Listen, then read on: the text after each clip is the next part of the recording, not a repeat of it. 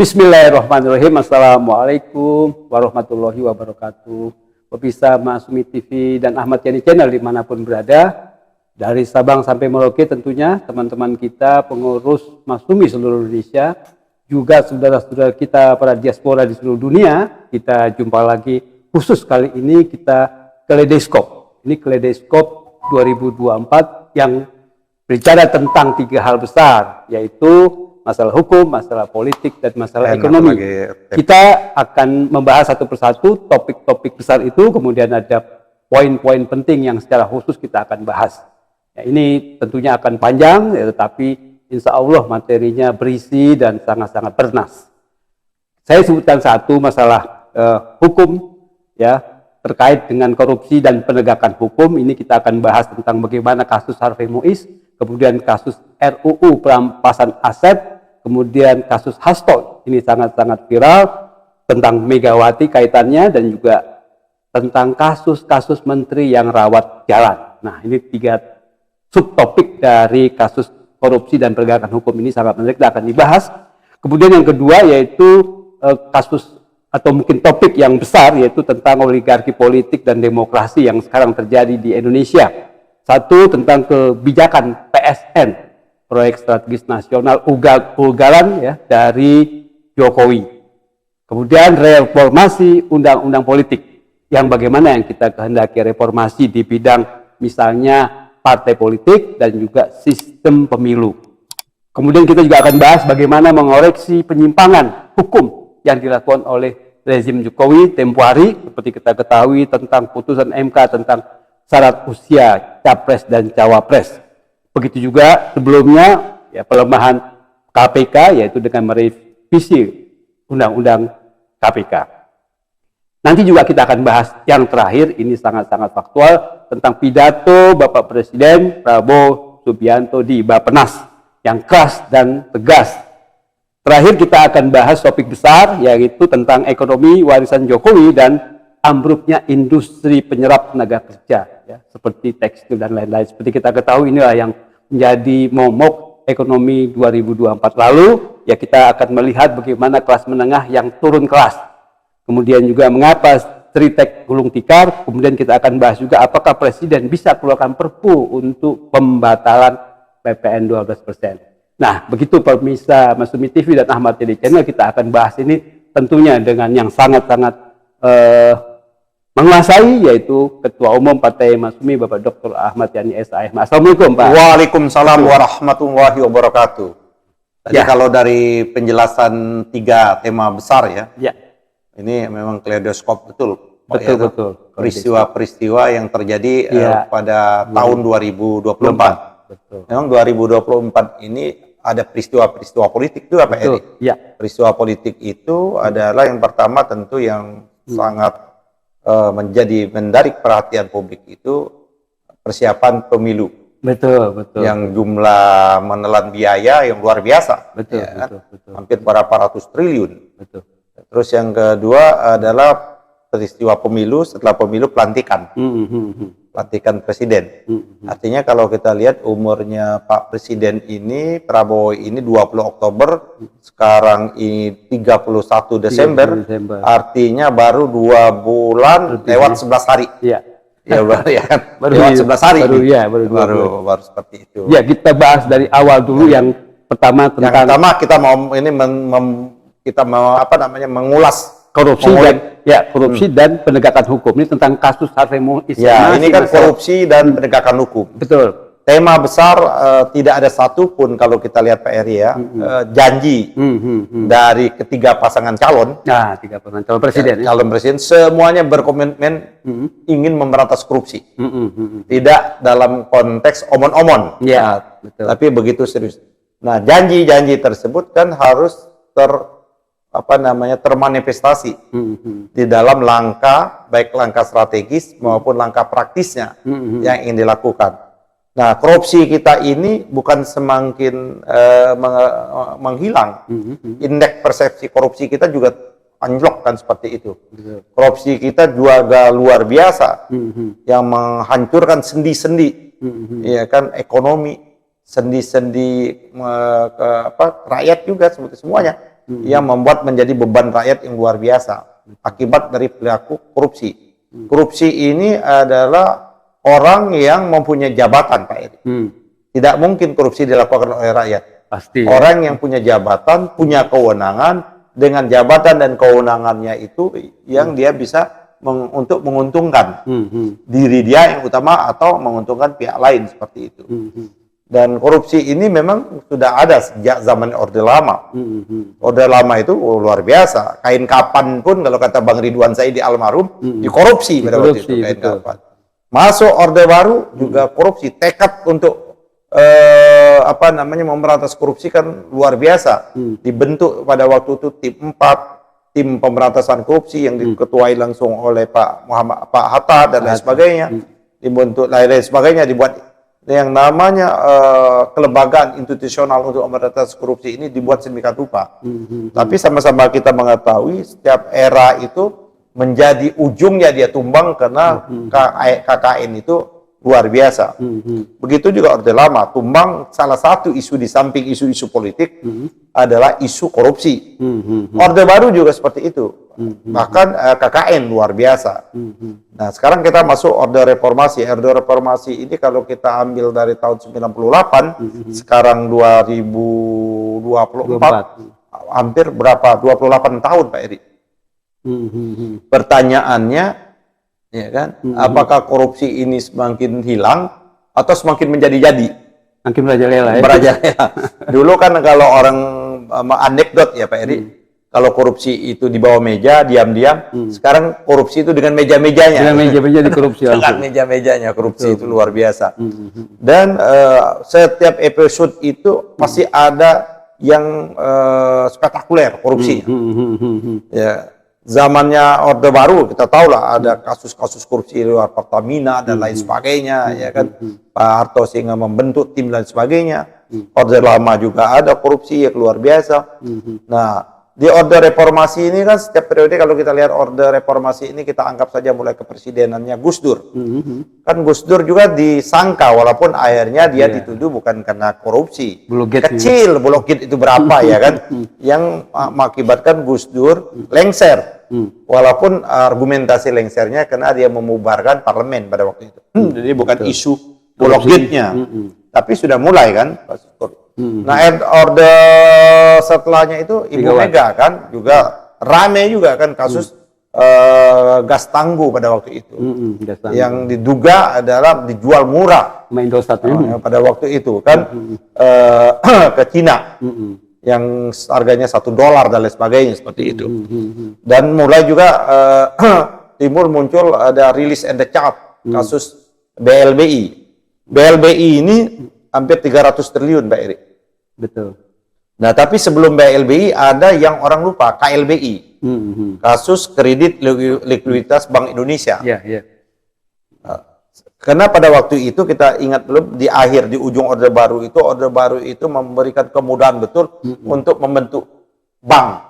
Maka ada Pakto Oktober dan sebagainya seperti itu. Bahkan terkenal dulu RMS. Radius M-nya itu Moy sama Sumarlin terkenal gitu kan, atau Barclay Mafia, Barclay. Nah, zamannya Ibu Mega kasus yang rilis and charge yang memberikan kemudahan dianggap yang mengemplang BLBI. Kasus BLBI ini menjadi PR sampai saat ini. Betul. Dari 300 triliun karena saya kebetulan pernah menangani salah satu kasus BLBI. Saya tahu betul dari 48 obligor bank-bank itu hanya tidak nyampe 10% atau 20% ya Pak Eri. Bank yang membayar, yang lain itu mengemplang sampai saat ini belum dibayar. Bahkan mereka banyak yang juga yang kabur ke luar negeri. Bahkan kemarin juga dibentuk tim untuk gugatan perdata. Berapa banyak sesungguhnya uang yang bisa kita ambil di kasus yang namanya BLBI tersebut. Nah, kasusnya zamannya SBY, saya udah DPR, tapi kasusnya saya sebelum DPR. Waktu saya ke DPR pada waktu itu kita yang nama saya Mas Bambang, ya kan, Andi Rahmat, termasuk Menteri Perumahan sekarang, ya, ARA, ya kan, Andi Rahmat dan sebagainya, kita yang tuh tim inisiator Bank Senturi. Karena menjelang pemilu ada diduga menggunakan dana untuk kepentingan pemilu. Hampir rata-rata korupsi itu biasanya digunakan untuk kepentingan-kepentingan politik. Nah, ini ada skandal besar. Hanya 6,7 triliun Pak Eri. Tapi 6,7 triliun DPR meglegar. DPR pecah kalau bahasa sekarang ini. Yang selama ini DPR, dia mulai bangkit DPR itu. Luar biasa. Periode 2009-2014. Senturi itu ya. Mulai dari kasus Senturi kan. Padahal 6,7 triliun. Kecil. Cuma gitu. Iya kan, kecil uangnya dibanding yang sekarang ini nanti itu. Nah, 6,7 triliun itu kita membentuk pansus angket Senturi.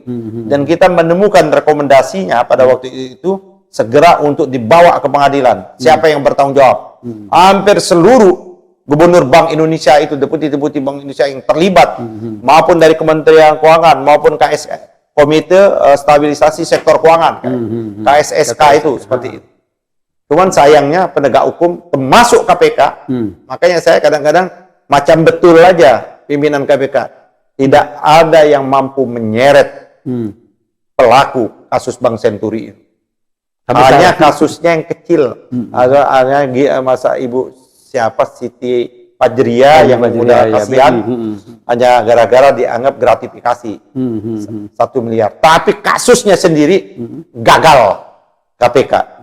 Itu yang saya kemukakan berulang-ulang kali. KPK ini kan dia rame betul, ya kan, show dia kasus-kasus yang kecil nilainya, ya, nangkap OTT, itu rame itu. Jadi isunya, jadi bukan kasus yang besar, isunya yang besar. Nah, jadi, nah kalau kita lihat lagi Pak Eri, apa namanya tuh, kasusnya itu BLBI kan, terus di zamannya Jokowi ini yang paling besar korupsinya. Ya ini yang terangkat, yang belum terangkat. Proyek-proyek pembangunan itu belum diangkat itu. Apakah tidak ada dugaan? Kalau saya menyebut dugaan kasus korupsi dalam pembangunan kereta cepat, saya menduga ada. Pasti ada ya. Dugaan saya. Terus kasus-kasus pembangunan infrastruktur, tol, jalan tol dan lain sebagainya, jembatan, betul. IKN dan lain sebagainya seperti itu.